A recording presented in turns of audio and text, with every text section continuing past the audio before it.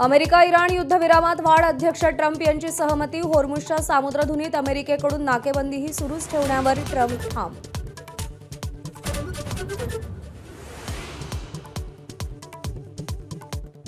Donald Trump यांची शस्त्रसंधी इराणनं फेटाळली, पराभूतांनी अटीशर्ती ठरवण्याचा अधिकार नाही. इराणी संसद अध्यक्षांचे सल्लागार मेहदी मोहम्मदींचं वक्तव्य.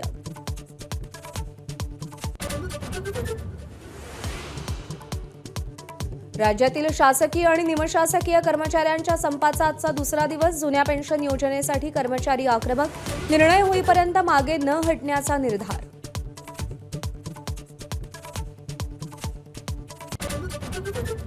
भोंदू अशोक खरातची पत्नी कल्पना खरातच्या अटकपूर्व जामीन अर्जावर आज सुनावणी. याआधी 2 वेळा ही सुनावणी पुढे ढकलली होती.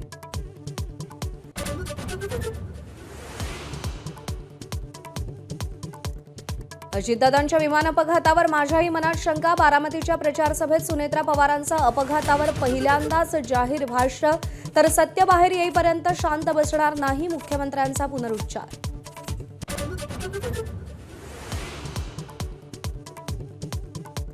मुंबई पुणे द्रुतगती महामार्गावर उद्या आणि परवा वाहतूक ब्लॉक. दुपारी 3 तास वाहतूक पूर्णतः बंद राहणार. बंद काळात पर्यायी मार्ग वापरा, असं आवाहन.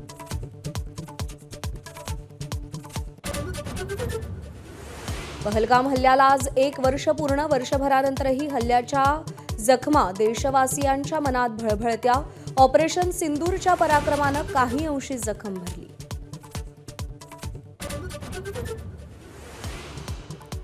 सलामीवीर अभिषेक शर्माचं वादळी शतक. सनरायझर्स हैदराबादचा दिल्ली कॅपिटल्सवर 47 धावांनी विजय.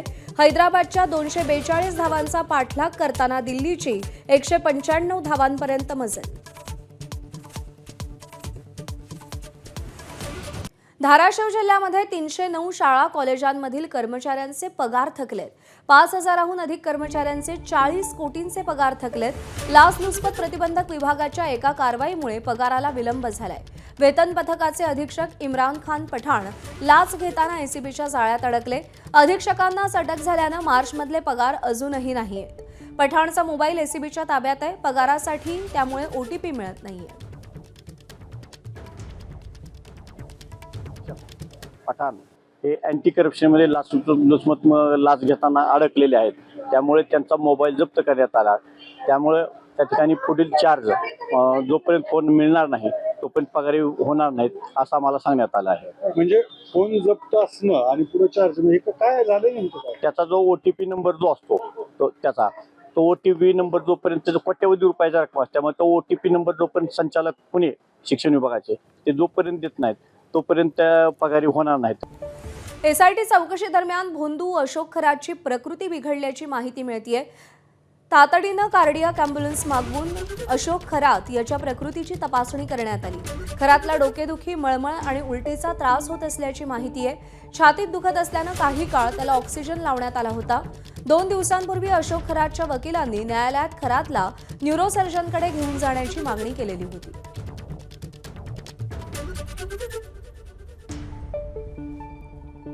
तर काल चौकशी दरम्यान अशोक खरातची तब्येत खालावली आणि तातडीनं कार्डियाक अँब्युलन्स बोलवून त्याची तपासणी करण्यात आली. छातीत दुखत असल्यानं त्याला काही काळ ऑक्सिजन देखील लावण्यात आला होता.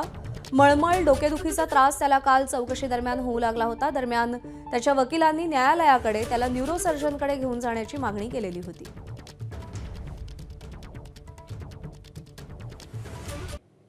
पहलगाममधल्या दहशतवादी हल्ल्याला आज 1 वर्ष पूर्ण झालंय. पंतप्रधान नरेंद्र मोदी यांनी एक्सवर पोस्ट करत हल्ल्यातल्या मृतांना श्रद्धांजली वाहिली.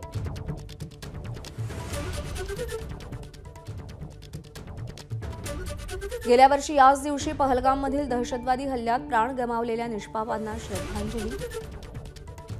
त्यांना कधीही विसरू शकणार नाही. शोकाकुल कुटुंबांप्रती माझ्या संवेदना आहेत. एक राष्ट्र म्हणून आपण दुःखात आणि दृढनिश्चयात एकजूट आहोत. भारत कोणत्याही स्वरूपातील दहशतवादापुढे कधीही झुकणार नाही. दहशतवाद्यांचे कुटील मनसुबे कधीही यशस्वी होणार नाही. जम्मू काश्मीरमधल्या पहलगाममधल्या भ्याड दहशतवादी हल्ल्याला 1 वर्ष पूर्ण झालंय. या हल्ल्यात देशभरातल्या 26 जणांचा मृत्यू झाला. दहशतवाद्यांनी धर्म विचारून निरपराध पर्यटकांवर गोळ्या झाडल्या. 26 मृतांमध्ये महाराष्ट्रातल्या 6 पर्यटकांचा समावेश होता. तर या हल्ल्यावेळी स्थानिक नागरिक आदिलनं अनेक पर्यटकांचा जीव वाचवला. पर्यटकांचा जीव वाचवण्यासाठी दहशतवाद्यांना सामोरं जाणाऱ्या आदिल शहाच्या शौर्याची चर्चा झाली. पहलगाम हल्ल्याच्या वर्षपूर्तीनंतर त्याच्या कुटुंबियांशी बातचीत केली आमच्या प्रतिनिधींनी. पाहूया. पहलगाम हल्ल्याला 1 वर्ष पूर्ण होत आहेत. या हल्ल्यादरम्यान जो पहलगामचा हिरो ठरला तो म्हणजेच आदिल शहा. मात्र एक दुसरा आदिल देखील होता ज्याने इथल्या नागरिकांना किंवा पर्यटकांना मदत केली. नुसतीच मदत नाही तर त्यांच्या जेवणापासून त्यांच्या राहण्यापर्यंतची सर्वची व्यवस्था हाच आदिल करत होता, जो आपल्या सोबत आहे या ठिकाणी. आदिल भाई, क्या कहोगे? 1 साल इस पूरे मामले को हुआ है, क्या कहेंगे? सर, जो भी पिछले साल हुआ ये अनफॉर्चुनेटली बहुत ही गंदा हो गया है और उस जन्म में अभी भी हमारा कश्मीर पूरा सदम में ही है और अभी उभर रहा नहीं है। और हमारी संस्था जो है सरहद नाम की, जो पुणे बेस्ड हैं, तो जो ही ये 22 अप्रैल को 2025 में हुआ तो उसी रात को हमारे जो प्रेसिडेंट है हमारे संस्था के संजय नाहर जी के, उनका कॉल आया तुरंत कि बेटे ऐसा ऐसा महाराष्ट्र के जितने भी वहाँ पे टूरिस्ट हैं उनका नंबर दे दिया। और हमने नंबर्स एवैक्यूएट करके जितने भी तकरीबन 150 टूरिस्ट जो फंसे थे उनको हॉस्पिटल ये गाड़ियों में लेके अपने जितने भी होटल्स में रखे और आधे टूरिस्टों को अपने घर में रखा। सर, आपके काम में कितनी मुश्किलें पैदा हुई थी? सर, एक्चुअल ये जब भी ये एक्सीडेंट हुआ, ऐसा एक्सीडेंट कभी कश्मीर में हुआ ही नहीं था, तो ये एक सडन शॉक था। तो एवरीबडी वाज कि ये कैसे हुआ, क्या हुआ, तो लोगों के दिमाग में बहुत ही क्यूरियस था कि कैसा हो रहा है, क्या हो रहा है। तो सडनली सर का कॉल आया कि और सर को शायद सर ने एकनाथ शिंदे जी से भी बात की थी उस टाइम। तो हमने पूरी अपनी टीम रेडी की और जितने भी यहाँ पे लोकल से उनके साथ मिलकर हमने टूरिस्टों को एवैक्यूएट कर दिया पहलगाम से और श्रीनगर में रख के, अपने होटल्स में रख के, और साथ साथ में उनके लिए गाड़ियों का इंतज़ाम, खाने पीने का इंतज़ाम वो सारा कर दिया। सर, सरहद संस्थेचे आदिल यांनी आपल्या टीमसह स्वतःला झोकून देत त्या ठिकाणी पर्यटकांची मदत केली आणि त्याचीच आज या ठिकाणी ते आदिलशाह याच्या घराच्या उद्घाटनावेळी देखील या ठिकाणी आले होते आणि पुन्हा एकदा त्यांना ह्या सगळ्या घटना डोळ्यासमोर उभं राहिल्यानं पाहून मन भरून आलं. जर्नलिस्ट अनिल सनगरेसह मी सूरज सावंत, ABP माझा, पहलगाम. जम्मू काश्मीरच्या पहलगाममधल्या हल्ल्यावेळी अनेक स्थानिकांनी पर्यटकांना वाचवलं. स्थानिक मोहम्मद सलीम यानंही अनेक पर्यटकांना वाचवलं. 22 एप्रिल 2025ला पहलगाममध्ये नेमकं काय घडलं याविषयी मोहम्मद सलीम याच्याशी बातचीत केली आमच्या प्रतिनिधींनी. पाहूया.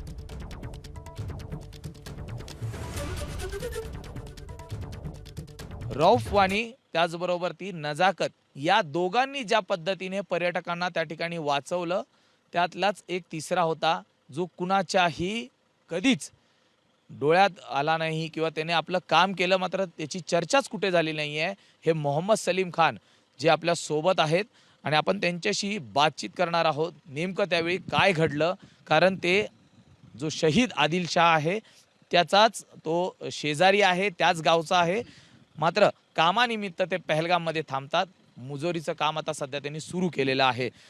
सलीम जी, क्या कहोगे? 1 साल पूरा हो रहा है पहलगाम के उस टेररिस्ट अटैक को. सर, अभी भी हमें जब वो देखते हैं, वो जब फारिग वहाँ पे हुई थी सर, अभी भी अगर कानों में हम सोते हैं सर, नींद में सोते हैं हम इंसान, उस वक्त भी हम डर जाते हैं सर. उस वक्त भी हमें वो गोलियों का वो जब वो होता है ना सर, जब गोली वहाँ पे पड़ी थी सर, उस वक्त भी अभी अगर नींद में होते हैं सर, उस वक्त भी डर जाते हैं इंसान रात को. क्या हुआ था बैसरन वैली में 1 साल पहले? आज भी वो यादें, वो पूरा नज़रिया आपके दिमाग में रहेगा. हाँ सर, जब यहाँ से हमने कस्टमर लिया सर, बैसर में हमने छोड़ दिया 1-1:30 बजे छोड़ दिया सर हमने. फिर हमने कस्टमर ने बोला आप एक काम करो, आप थोड़ा बाहर इंतज़ार करो. हम गेट के बाहर थे सर. जब फायरिंग हुई सर तो हम वहाँ पे भागे सर. जब नीचे पहला फायरिंग हुआ तब क्या हुआ था? हमने बोला ऐसे मजाक कर रहे सर, पटाखा हुआ सर. जब दूसरा पटाखा भी हुआ आपने बोला ऐसे पटाखा हुआ. वो खाना खा रहे थे, मैगी खा रहे थे. हमने बोला ऐसे अंदर बैठे हम निकल जाएंगे अभी.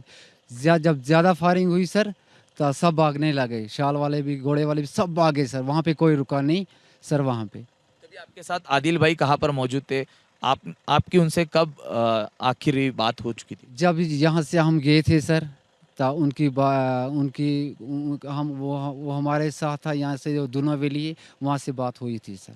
उस फायरिंग के बाद क्या माहौल था वहाँ का? टूरिस्ट लोग अपनी जान बचाने के लिए भाग रहे थे, आपने कैसे उन लोगों की जान बचाई? जब वहाँ पे हम वहाँ गेट से बाहर थे सर, वो चिल्ला रहे थे हमारी जान बचाओ, तो हमने किसी के घोड़े पे उठाया सर, किसी को ऐसे कंधे पे उठा के नीचे लाया सर। उनको तकरीबन 5-6 कस्टमर मैंने सर ऊपर से नीचे लाए सर। दिन याद आता है तो क्या लगता है? आज भी जब वो दिन याद आता है सर, अभी जब नींद में होते डर जाते हैं सर, इतना डर जाते हैं कुछ कहने की बात नहीं है सर। आदिल भाई की याद अभी भी आती है? सर बहुत याद आती है सर, अल्लाह ताला उसको जन्नत फिरदौस करे सर।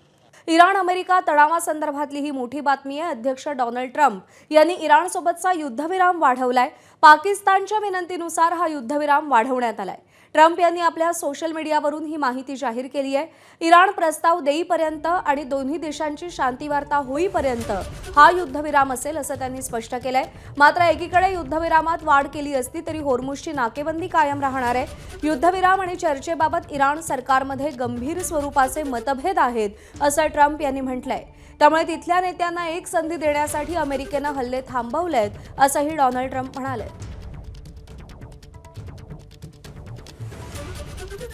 तर डोनाल्ड ट्रम्प यांनी आपल्या पोस्टमध्ये नेमकं काय म्हटलंय ग्राफिक्सच्या माध्यमातून एक नजर टाकूया। इराण सरकारमध्ये कमालीचे मतभेद असल्याचं दिसून येत आहे। पाकिस्तानचे असीम मुनीर आणि शहबाज शरीफ यांनी केलेल्या विनंतीनुसार आम्ही इराणवरचे हल्ले थांबवतोय, तोवर त्यांच्या नेत्यांनी एकत्र येत प्रस्ताव तयार करावा। होर्मुझच्या सामुद्रधुनीत नाकेबंदी सुरूच ठेवण्याचे आदेश मी आमच्या लष्कराला दिले। इराणचा प्रस्ताव येईपर्यंत आणि चर्चा पूर्ण होईपर्यंत युद्धविराम कायम राहील। दरम्यान डोनाल्ड ट्रम्प यांची शस्त्रसंधी इराणनं फेटाळून लावली आहे। इराणी संसद अध्यक्षांचे सल्लागार मेहदी मोहम्मदींनी ही शस्त्रसंधी फेटाळली आहे। पराभूतांना अटी शर्ती ठेवण्याचा अधिकार नाही असं मोहम्मदी म्हणालेत। शस्त्रसंधीची घोषणा आमच्यासाठी काहीच नाही असंही मोहम्मदींचं म्हणणं आहे। अमेरिकेकडून सुरू असलेली कोंडी बॉम्ब वर्षावच आहे असंही ते म्हणालेत। अमेरिकेच्या कोंडीविरुद्ध युद्ध सुरूच ठेवलं पाहिजे असं त्यांचं मत आहे। मोठ्या हल्ल्यासाठी अमेरिकेला वेळ हवाय आणि म्हणून शस्त्रसंधी वाढवल्याचं मोहम्मदींनी म्हटलेलं आहे।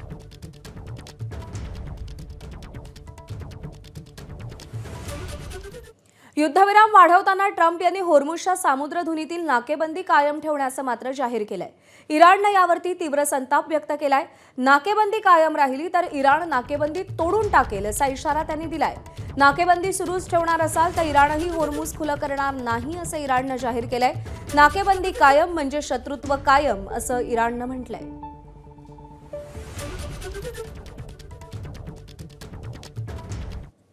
दरम्यान होर्मुझच्या सामुद्रधुनीत सध्या कमालीचा तणाव आहे। अमेरिकेनं केलेल्या नाकेबंदीमुळे इराणी नेते कमालीचे संतापलेत।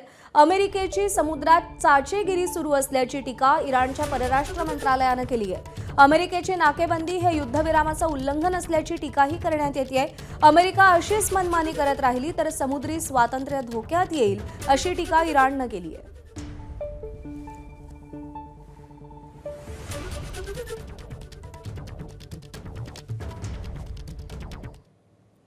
ट्रम्प यांच्या शस्त्रसंधी वाढवण्यावरती अनेक शंका कुशंका व्यक्त केल्या जात आहेत। क्षेपणास्त्रांचा साठा संपल्यानं शस्त्रसंधी वाढवल्याची चर्चा होतीये। अमेरिकेतल्या मीडियामध्ये क्षेपणास्त्र टंचाईच्या बातम्या देखील आल्याचं कळतंय। क्षेपणास्त्र निर्मिती कंपन्यांकडे ट्रम्प सध्या बातचीत करतायत आणि कंपन्यांनी ट्रम्प यांच्याकडे वेळ मागितलेला आहे। अपेक्षित क्षेपणास्त्र निर्मितीसाठी 1 ते 2 वर्ष लागू शकतात।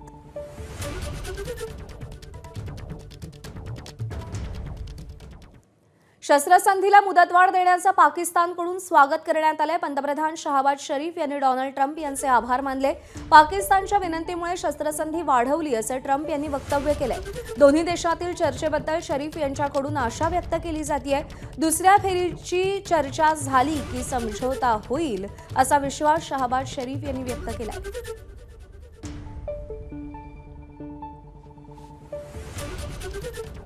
पाकिस्ताननं दिशाभूल केल्यामुळेच दुसऱ्या फेरीची चर्चा होत नाहीये का असा सवाल उपस्थित होतोय. युरेनियम कार्यक्रमासंबंधी पाकिस्तानकडून इराणला चुकीची माहिती दिली गेल्याचं कळतंय. किती वर्ष युरेनियम विकास करायचा नाही यावर चुकीची माहिती दिली गेली. किती टक्के युरेनियम विकास करता येणार या संदर्भातही पाकिस्ताननं दिशाभूल केल्याचं सध्या चर्चेत आहे. आणि अमेरिकेनं जप्त केलेल्या इराणी जहाजासंदर्भात एक मोठी बातमी समोर येतेय.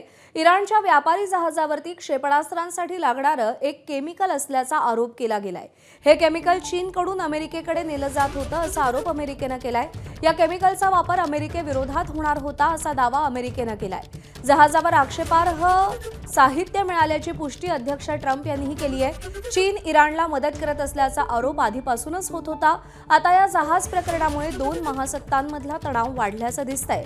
चीनकडून याआधी इराणनं आत्मघाती विमानं, ड्रोन्स, जहाजविरोधी क्षेपणास्त्र, रॉकेट फ्युएलचा कच्चा माल, अत्याधुनिक रडार सिस्टीम घेतल्याचा आरोप होता.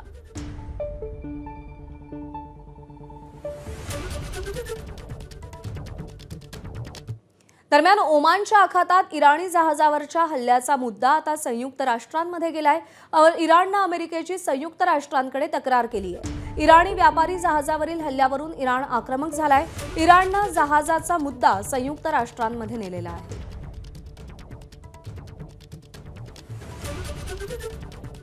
तर एकीकडे युद्धविराम वाढवण्यात आलाय तर दुसरीकडे अमेरिकेचे अर्थमंत्री स्कॉट बेसेंट यांनी इराणला धमकी दिली आहे. होर्मुझमधली नाकेबंदी अमेरिका सुरूच ठेवणार आहे अशी धमकी त्यांनी दिली आहे. नाकेबंदीमुळे खर्ग द्वीपांवरील तेल भंडार भरून जाईल आणि त्यामुळे इराणच्या तेलविहिरी ठप्प होतील. इराणच्या समुद्रामार्गे होणाऱ्या व्यापारात अडथळा निर्माण झाल्यामुळे इराणवर आर्थिक संकट येईल असंही त्यांनी म्हटलंय.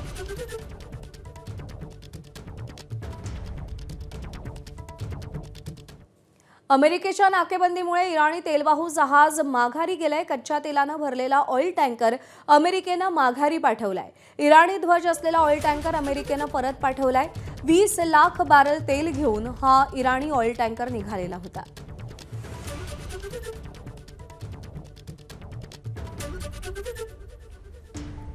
शस्त्रसंधीला मुदतवाढ दिल्यानं कच्च्या तेलाच्या किमती घसरलेल्या आहेत. ही सगळ्यात दिलासादायक बाब आहे.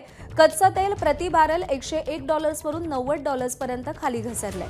अमेरिकेच्या कच्च्या तेलाच्या किमतीही $95 वरून $88 वर आल्यात. मात्र होर्मुझमधली नाकेबंदी कायम असल्यानं तेल व्यापाराला मर्यादा पडलेल्या आहेत.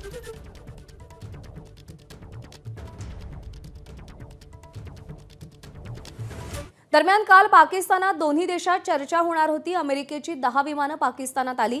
मात्र इराणचं शिष्टमंडळ आलं नाही. इराणकडून प्रतिनिधी मंडळ का आलं नाही याची कारणं ग्राफिक्सच्या माध्यमातून पाहूया.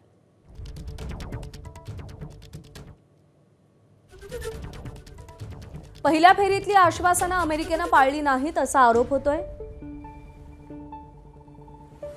लेबनॉनमध्ये युद्धविराम करण्यावर आधी नकार आणि नंतर युद्धविराम करावा लागला. होर्मुझची सामुद्रधुनी खुली करण्याच्या इराणच्या घोषणेनंतरही अमेरिकेनं नाकेबंदी सुरूच ठेवली. दुसऱ्या फेरीआधी अमेरिकेनं अवाच्या सवा मागण्या केल्या. अमेरिकेचा एकूण पवित्रा पाहता सध्याच्या या चर्चा केवळ वेळकाढूपणा असल्याची इराणची भावना आहे.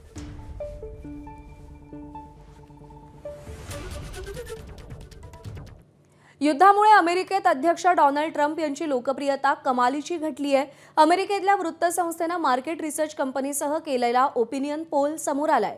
ट्रम्प प्रशासनावरती 62% लोक नाखुश असल्याचं उघड झालंय. 51% अमेरिकन्सना ट्रम्प यांच्या मानसिक स्थितीबाबतच शंका आहे. पोपवरील टीकाही अमेरिकन जनतेला रुचलेली नाही. नाटो सोडण्यावरही अमेरिकन जनतेनं विरोध केलेला आहे. तर या वेगवेगळ्या मुद्द्यांच्या अनुषंगानं डोनाल्ड ट्रम्प यांची लोकप्रियता सध्या घटताना पाहायला मिळते.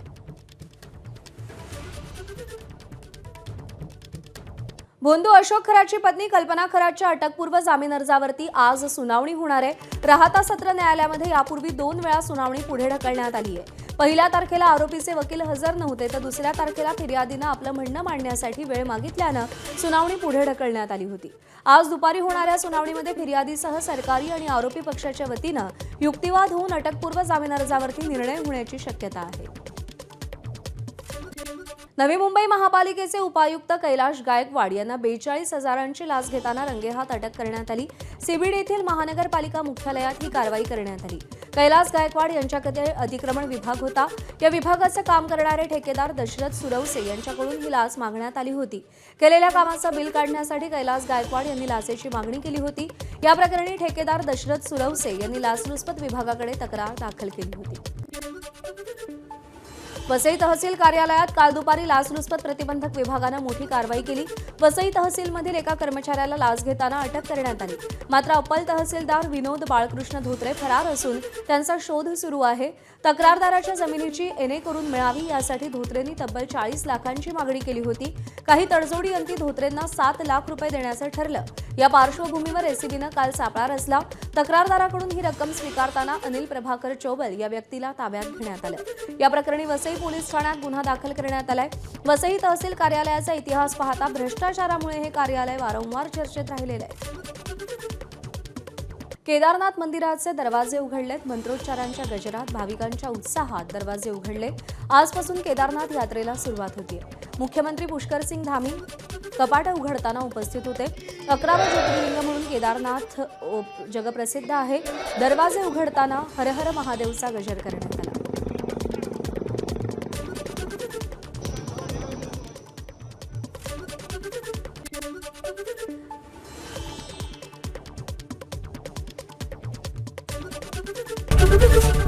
एबीपी माझा, उघडा डोळे बघा नीट.